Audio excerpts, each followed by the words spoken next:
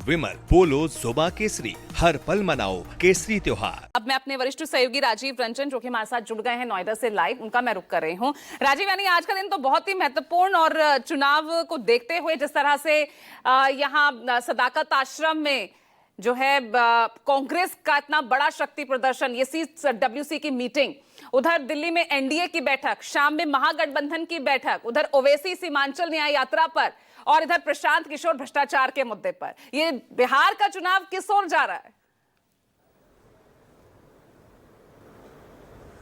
एक दिलचस्प मोड़ पर पूजा 15 दिन बचे हैं दशहरे के ठीक बाद वहां पर चुनाव की घोषणा हो जाएगी। चुनाव आयोग का जो दौरा है बिहार का, ये खत्म होने के बाद 30 सितंबर को प्रधानमंत्री का एक दौरा बिहार का है संभावित।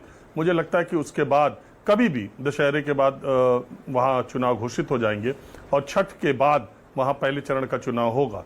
तो इसलिए आखिरी 15 दिन में सारी पार्टियां अपनी गठबंधन रणनीति बनाने में लगे।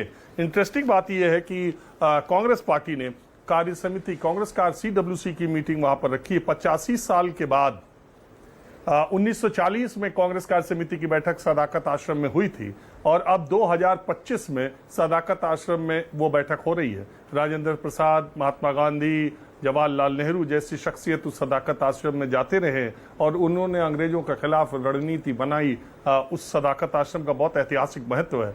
राहुल गांधी ने CWC की मीटिंग वहां पर क्यों रखी, ये बड़ा सवाल है। CWC की बैठक दिल्ली में होती रही, दूसरी जगहों पर होती रही, लेकिन बिहार में 85 सालों के बाद रखने की क्या वजह हो सकती है? पहली बात यह है कि राहुल गांधी ने बिहार की चुनावी अभियान का श्री गणेश करते हुए कहा था कि हमसे बहुत बड़ी गलती हुई, हमने बिहार को जो तवज्जो देना चाहिए था वो नहीं दिया है। तो अब उनकी प्रायोरिटी में, क्योंकि उत्तर प्रदेश में इंडिया गठबंधन को लोकसभा चुनाव में अच्छी खासी सफलता मिली थी, इसलिए मुझे लगता है कि प्रायोरिटी में बिहार उनके है और जिस तरह से वो लगातार दौरे कर रहे हैं और ये CWC की बैठक मुझे लगता है एक शक्ति प्रदर्शन के तौर पर है। अब दूसरी बात ये एनडीए को दिखाने के लिए ज्यादा है या आरजेडी पर दबाव बनाने के लिए ज्यादा है, ये भी इस मीटिंग से छन करके आएगा। कांग्रेस जितनी मजबूत होगी, जितना प्रचार तंत्र उसका हावी होगा, जितनी चर्चाओं में होगी, मनोवैज्ञानिक तौर पर आरजेडी पर उसका प्रभाव पड़ेगा।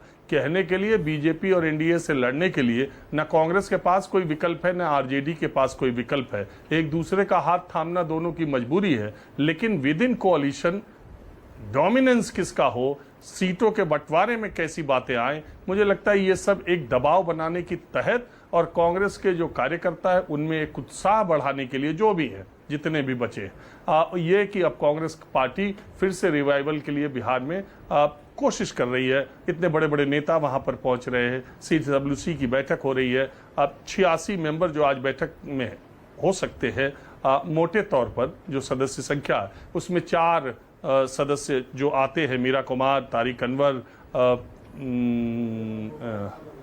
2 का नाम अखिलेश प्रसाद सिंह और कन्हैया कुमार शायद इस बैठक में शामिल हो।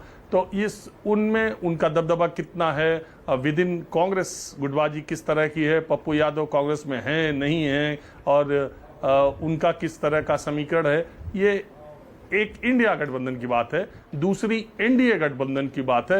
एनडीए गठबंधन में आपको मालूम है कि बीजेपी का डोमिनेंस दबदबा है और दबदबा रहेगा। तो पॉलिटिकल जो भी उसके अलायंस पार्टनर है वो ऑलरेडी मंत्री पद पर हैं, तो उनकी बार्गेनिंग की वो क्षमता शायद ना हो जो इंडिया गठबंधन के दलों में होगी। उन्हें बीजेपी जो देगी, जितना देगी उसमें संतोष करना होगा, लेकिन उसके लिए भी बैठक हो रही है। वहाँ जीतन राम मांझी और चिराग पासवान के बीच खींचतान ज्यादा है। इस बीच प्रशांत किशोर पर आपको पता ही है, अशोक चौधरी ने मानहानि का मुकदमा कर दिया है 100 करोड़ का।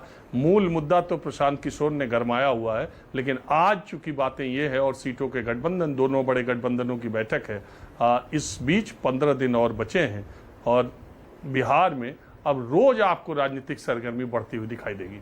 बिल्कुल, और उसकी शुरुआत आज से ही हो चुकी है और जिस तरह से हम देख रहे हैं इतने घटनाक्रम, आज इतने महत्वपूर्ण घटनाक्रम